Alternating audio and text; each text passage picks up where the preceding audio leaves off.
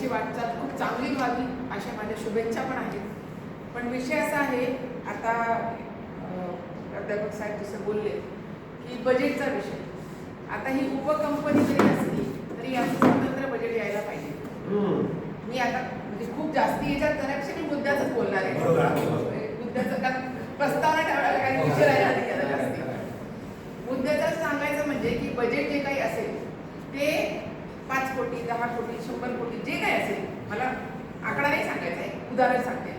जे काही येत असेल तुमच्या कंपनीला हे सगळं बजेट शासनाकडून डायरेक्ट महामंडळाला नाही येत. त्याच्यातही सामाजिक न्यायामधून काटछाट करून किती मिळू शकतं हे येतं आणि ते हेड ऑफिसला जातं. आमचं हेड ऑफिस मुंबईला आहे, सगळ्यांना माहिती आहे. तुमचे सगळ्यात मोठे कार्यकर्ते नामदेव वाळे साहेब ते मला खूप चांगल्या रीतीने ओळखतात.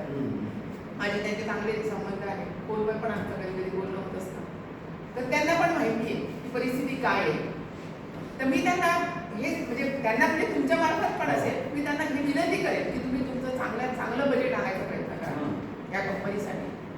त्याच्याशिवाय असं आहे की बजेट आल्यावर सुद्धा ते एकट्या लातूर जिल्ह्यासाठी किंवा उस्मानाबादसाठी नसतं, ते पूर्ण महाराष्ट्रासाठी असतं. तिथं आता जसं साहेबांनी सांगितलं तसं की पश्चिम महाराष्ट्रातला बोलार समाज खूप प्रगत आहे. कशामुळे? शिक्षणामुळे. त्यांना तिथे काय होतं काय नाही लगेच कळतं. दुसरी गोष्ट उदाहरण द्यायचं झालं तर चर्मकार समाज जो आहे, तर चर्मकार समाज हा माझ्या माहितीप्रमाणे तरी की 20 ते 22 आमदार चर्मकार समाजाच्या महाराष्ट्राच्या विधानसभेत बसतात आजच्या तारखेत तरी. किती लोकांनी प्रगती केली समाजाची? किती लोकांनी केली? वृद्ध नांदगावकर साहेब सुद्धा चर्मकार समाजाचे आहेत, प्रतिनिधी आहेत. 22 प्रतिनिधी जर तुमचे त्या समाजाचे आहेत तर काय करताय? कोणीतरी समाजासाठी बोलतं का? उपयोग काय त्या समाजाचे? हे सगळं एकत्रित होतं, सगळ्या भानगडी होत होत्या. तुमचं समाजाचं बजेट सगळं येत होतं. सगळं जेव्हा महात्मा फुलेमध्ये एकत्रित होतं महामंडळ सगळं, तेव्हा तिन्ही महामंडळ एकत्रित होते. तो सगळा लढा लक्षात आला लोकांच्या की एवढे सगळे प्रतिनिधी असून सुद्धा आणि सगळं बजेट येतं आपल्या जातीच्या नुसार बजेट येतं, ते सगळं त्यांच्या याचं चालू जातं. सगळं महात्मा फुलेमध्ये खतम होत जायचं. मग संघटना झाल्या वेगळ्या वेगळ्या, त्यांनी भांडण तंटे गेले, जे काही त्यांचे आरोप प्रत्यारोप झाले. नंतर मग जातीने या महामंडळ वेगवेगळे झाले. हे 1996च्या गोष्टी म्हणजे ते सगळं एवढा करत लढा दूरपर्यंत आले. आता त्याच्यात 4 जातीचं आपलं महामंडळ, त्याच्यात आता वेगळं सुरू झालं. बरोबर? म्हणजे असं प्रत्येक जातीने हा जर तुम्ही हे करत बसले तरी काही होणार नाही. मला हे म्हणायचंय म्हणजे मी असं तुम्हाला डिमॉरलाइज करत नाहीये की तुम्ही होलारचं वेगळं केलं, असं नाही मला म्हणायचंय. मला असं म्हणायचंय की तुमचे प्रतिनिधी काहीतरी बोलले पाहिजे तुमच्यासाठी प्रगतीसाठी. काय उपयोग त्यांचा असून नसून? जर त्यांनी तुमच्या व्यथा तिथं मांडल्या नाही तर सरकार तुम्हाला बजेटच कशाला देईल? बरं, साधी गोष्ट आहे, नैसर्गिक नियम आहे. छोटासा बाळ रडलं नाही तर आई दूध सुद्धा वाजत नाही. तर तुमचा आवाजच नाही निघाला तर तिथं कोण देईल तुम्हाला 5 पैसे? याच्यासाठी तुम्ही कमीत कमी त्या धारेने ते जा. तुमचे जे काही प्रतिनिधी आहेत त्यांना तरी पाठपुरावा करा. त्यांना सांगा की आमच्या याच्यासाठी प्रगतीचा उद्देश ठरवा, काहीतरी एक व्यूहरचना करा आमच्यासाठी आणि आम्हाला तेवढं मिळवून द्या. राहिला विषय बजेटचा, बजेट जे काही येईल, मला महाराष्ट्राकडनं लातूरसाठी जे काही बजेट मिळेल, लातूर आता विभागच माझ्याकडे आहे, 4 जिल्हे आहेत माझ्याकडे. 4 जिल्ह्यात ज्या काही फायदे होते प्रकर्षाने मी त्यांना त्या बजेटच्या याच्यात सांगेल की एवढं बजेट लातूर विभागासाठी आहे, त्याच्यात आपल्या एवढ्या फायदे करायचे करू शकतो, काहीच प्रॉब्लेम नाही.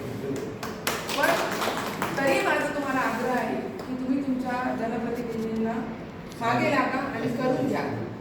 आणि मी तर म्हणते त्यांनी म्हटल्यासारखं की खरंच शिंदे साहेबांनी हे मनावर घेऊन केलेलं आहे.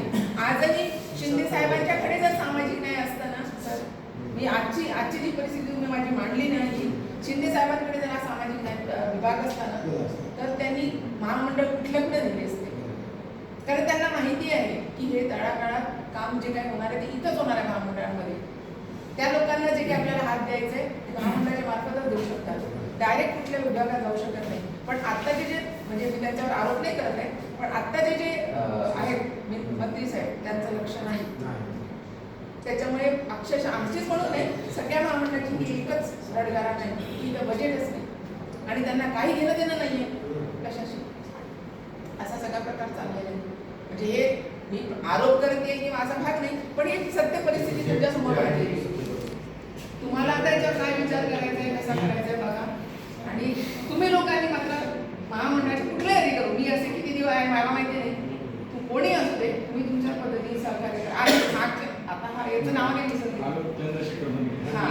हा मुलगा आला माझ्याकडे, महिन्याखाली आला होता त्याला, हा महिन्याखाली आला होता.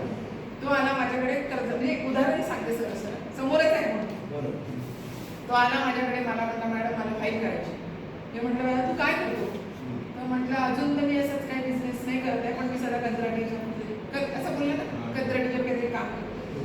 आणि म्हटलं घरचं काय आहे बाबा, प्रॉपर्टी काही मॉडगेज असतात ना आपल्याकडे, जागीरदार येते. तर म्हटलं नाही सगळे असेच हातावरचं प्रॉब्लेम.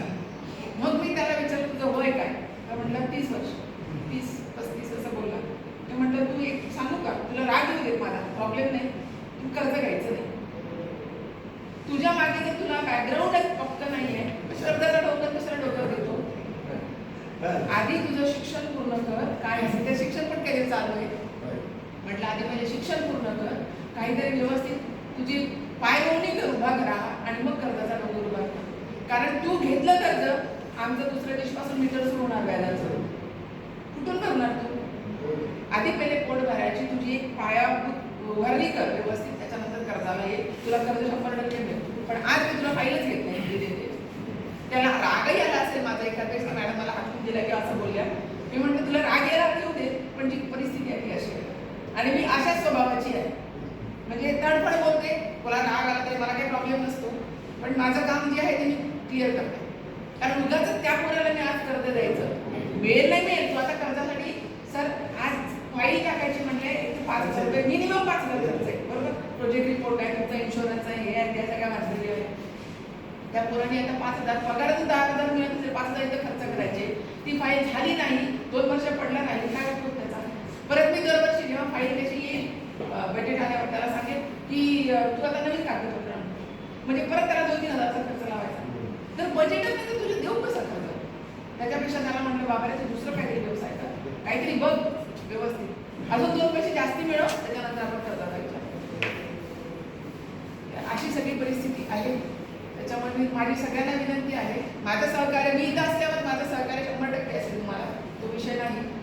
पण तरी तुम्ही लोकांनी तुमच्या पद्धतीने तुमच्या नेत्यांपुढे किंवा तुमच्या प्रतिनिधींपुढे तुमची अवस्था मांडा आणि त्यांना सांगा की काहीतरी चांगलं आम्हाच्यासाठी करून द्या. आणि त्या अनुषंगाने तुम्हाला चांगलं बजेट मिळाल्यास 100% तुमच्या समाजाची प्रगती होईल, त्यात काही बात नाही. एवढं करून माझं 2 शब्द सांगतो. धन्यवाद मॅडम. अगदीच या समाजाचा खऱ्या अर्थाने जर विकास व्हायचा असेल